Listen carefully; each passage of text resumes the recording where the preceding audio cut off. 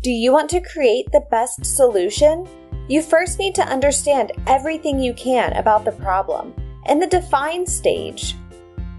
In the define stage, you'll dig deep to understand why the problem exists and what factors contribute to it.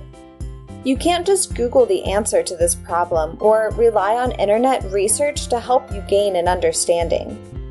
In the define stage, you will talk to the people who experience the problem, like students and teachers. You'll consult experts to gain more insight, and you'll observe the environments where the problem takes place. The design team got started by talking to many different students who don't have time for breakfast in the morning. They also talked to students who are able to eat before arriving at school. They said things like, "I just run out of time in the morning. If I could pick anything, I'd have a bacon, egg, and cheese on a bagel. I wish we still had snacks in the vending machine. It's just so hard to stay awake. I'm tired and hungry. I'd eat breakfast if I had time. I'm not really hungry until the middle of first period."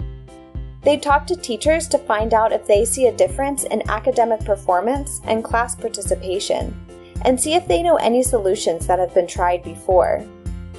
One teacher pointed out that she can tell who has fueled up for the day. She says the students who pay attention and participate in class are almost always the ones who say they've had breakfast. It doesn't matter if they understand the subject or not. The team observed this and saw just how obvious it was. They also noticed that there was potential opportunity to allow students to eat during the first half of class. One student had a granola bar and seemed to be paying the most attention while still eating. To gain an even deeper understanding, the team consulted an expert, a nutritionist, to ask what food teenagers should be eating to stay energized during the long school day. The nutritionist shared what the team thought they knew, that breakfast is the most important meal of the day. She went on to say that eating breakfast improves brain function, and teens should eat healthy carbs like oatmeal or whole wheat bread, as well as protein and fruit. She suggests making time to eat throughout the morning, since not everyone has an appetite when they first wake up. The design team gathered everything they learned on an empathy map, where they wrote down what they saw students do and say, what they assumed the students think and feel, and what they observed the students seeing and hearing in this situation.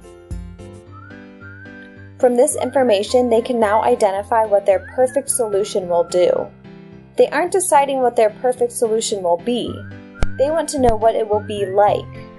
A perfect solution will offer a convenient way to get breakfast or morning snacks. Provide a range of choices of food for different tastes. Make sure there is time to eat breakfast. Educate students on the importance of eating in the morning and what foods to eat. And lastly, offer substitutes for school breakfast, because sometimes it's not tasty.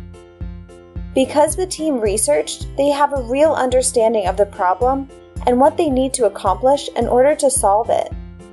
Take time to dig deep to define your problem. What understanding will you gain from defining?